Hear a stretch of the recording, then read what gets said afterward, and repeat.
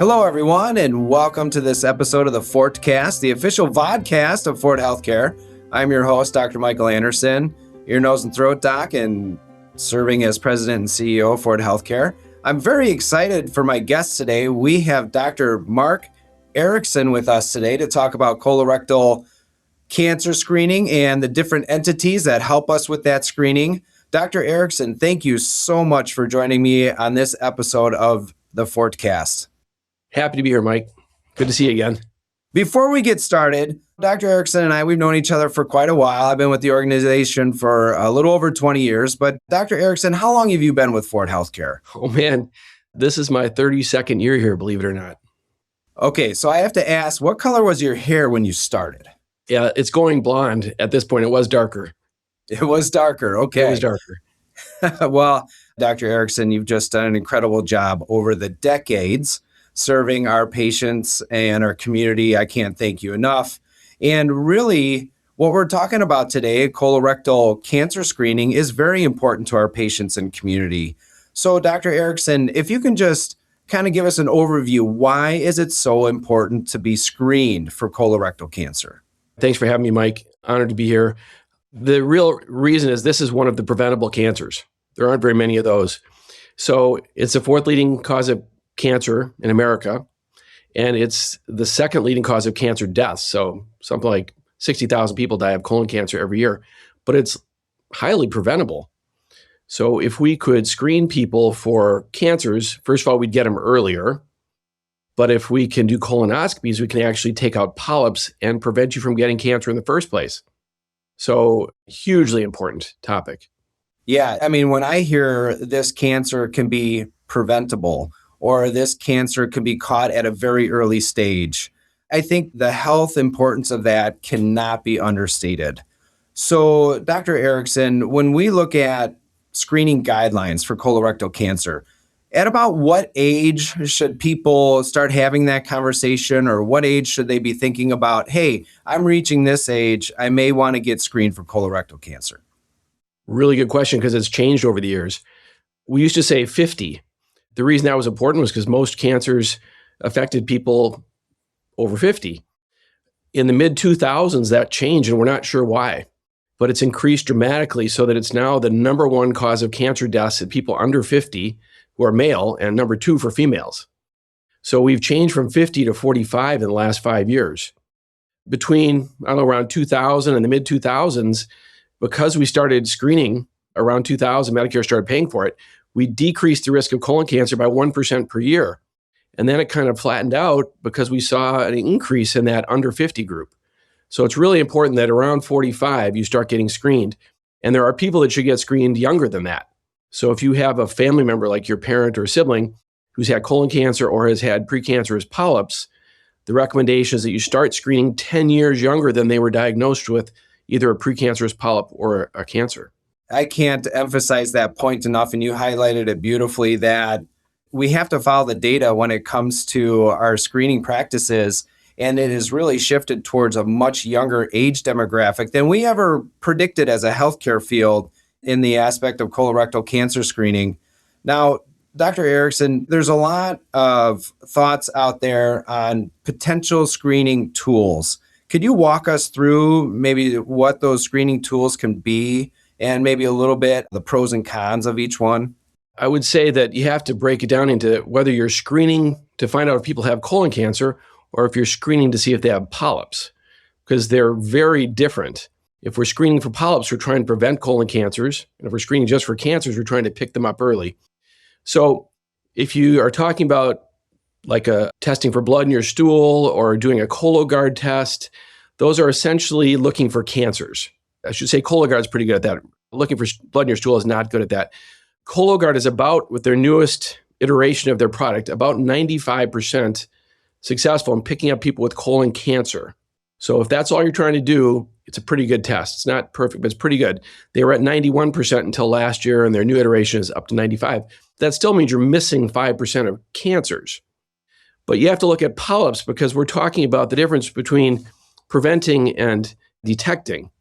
So if we want to prevent cancer, we got to pick them up before they become cancer.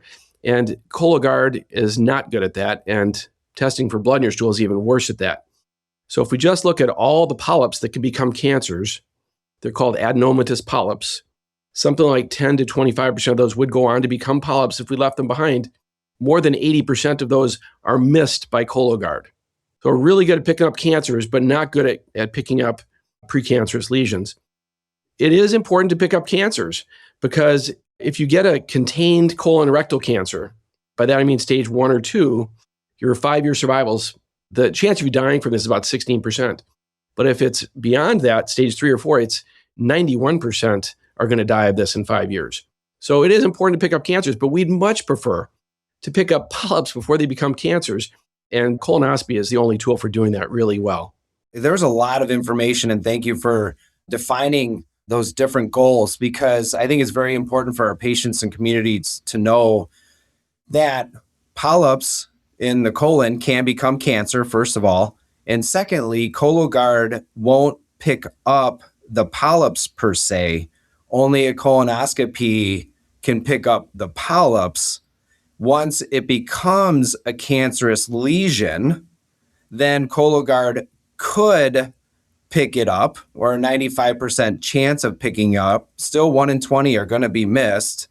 So if you're really trying to prevent or pick up polyps before they develop into a cancer, really colonoscopy is the tool to do that. Am I understanding that correctly, Dr. Erickson? You understand that perfectly. And if you look at the actual, go to the website for Cologuard, it's Exact Sciences, and it's in Madison. So it's one of our local businesses. But they look at high-risk polyps, which are polyps bigger than a centimeter that have high-risk criteria. They're only 46% successful in picking those up. Well, that's only 10% of polyps we take out, and anything that's adenomatous has potential to become cancer. And they're less than 20% successful in picking those ones up. So if you're looking at a population of people who refuse to get screened because they've heard terrible things about colonoscopies, well, at least get them a Cologuard. You'll find out if they have colon cancer, and there's a chance you're going to pick up their polyps, and then maybe you can talk them into a colonoscopy. But we'd much prefer to convince everybody to get a colonoscopy. It's the gold standard, there's no doubt. And if you test positive based on a Cologuard test, you still have to have a colonoscopy then. I know one thing that prevents a lot of people from getting a colonoscopy is the fear of the prep. But yeah. I can tell you, I again was under that 50 guideline. When I turned 50, I got my colonoscopy done. And my fears were allayed a little bit because the prep wasn't nearly as extensive as what I anticipated it to be. Dr. Erickson, can you give us a little bit of a historical perspective on how the prep has changed for colonoscopy? Yeah, so I'm old enough. I've had 3 now. So I've had 3 different preps. The original one was a gallon jug. A lot of people have had this, called Go Lightly. It's polyethylene glycol, and you drink the whole gallon and get washed out. Your colon's 6 feet long. It's full of stool. It's got to get washed out so that it's pristine so we can pick up tiny little things. We moved on to smaller volumes. And then actually COVID helped us a little bit because we couldn't get all of the products we were using. And we switched over to using Gatorade or whatever drink you'd like to mix in. I mean, there's several options. But we'll put Miralax into 5 bottles of Gatorade, and you drink those over about an 8-hour period. There are easier ways to prep your colon, but it's all got to be washed out eventually. So if you're worried about it, or you have had a bad experience, you have a family member that scared you about it, you can just go on a liquid diet for a few days, and then you have to drink a much lower volume. But if you want to just get it all done in one evening, it's pretty easy now. You drink 5 things of Gatorade with Miralax mixed in, and it does a good job for the majority of people. Well, it worked for me. I'm here to tell you that. But the other part about the colonoscopy, what an amazing screening tool it is, but then also to take care of those polyps at point of sight, point of treatment. But I was really surprised at how easy the process was, meaning check-in to colonoscopy to discharge. Can you talk a little bit about that? And actually, I have to commend Fort Atkinson because our hospital is very good at getting people in quickly. In Madison, it might be 8 or 10 months to get a screening colonoscopy. That varies depending on some factors, but we're, within a couple of weeks, we can generally get you in. So you do it through our office. They give you the instructions. They'll send them out as well as discuss them with you on the phone. But in the morning, you come in usually an hour, hour and a half before your procedure, get checked in. The whole procedure takes about 20 minutes. The nurses start the IV beforehand, but when you come into the room, we've got a tech, a nurse, an anesthetist, and myself, or one of my partners, hook you up to monitors, give you oxygen to breathe, and then you are asleep in a matter of seconds. Procedure takes, on average, 15 minutes, and you wake up within minutes of that, usually out the door within half an hour. So we don't let you drive that day just because you've had sedation, but you'll feel really good and back to usual activities the next day.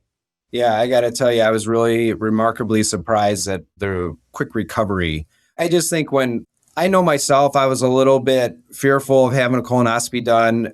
Now being through it, I have no hesitations. I think mine's coming up again in about 5 or 6 more years. But that's a good point. Dr. Erickson, if somebody has a clear colonoscopy, how soon is it before they need to have another one? What we know is that if you're low risk, which means you don't have any family history or you haven't had polyps before, by going every 10 years, you reduce your risk of colon cancer by almost 90%. So that's the number that we use nationally, is you should have one every 10 years as a screening procedure. Now, having said that, about 35% of people will have a polyp or have a family member with a polyp or cancer. And those people are usually every 5 years. If they have a high risk polyp, we find, like it's got some aggressive features or it's very large, it might be redone in 3 years. But in general, the average person for screening, it's every 10 years. Well, that's very good to know. And I think for now, that's my scheduled cadence. We'll see if that changes as I continue to get screened. I want to say overall, Dr. Erickson, thank you so much for joining us on this episode of Vodcast. As always, I always learn something when I talk to you. And I'm really, really hopeful that our patients and community learn something as well. So thank you for being on this episode. My pleasure, Mike. Thanks so much. And thank you for tuning in to this episode of the Fordcast. Please share us on your social media channels. Again, this is Dr. Michael Anderson signing off, and thank you for joining us. Take care. Bye-bye.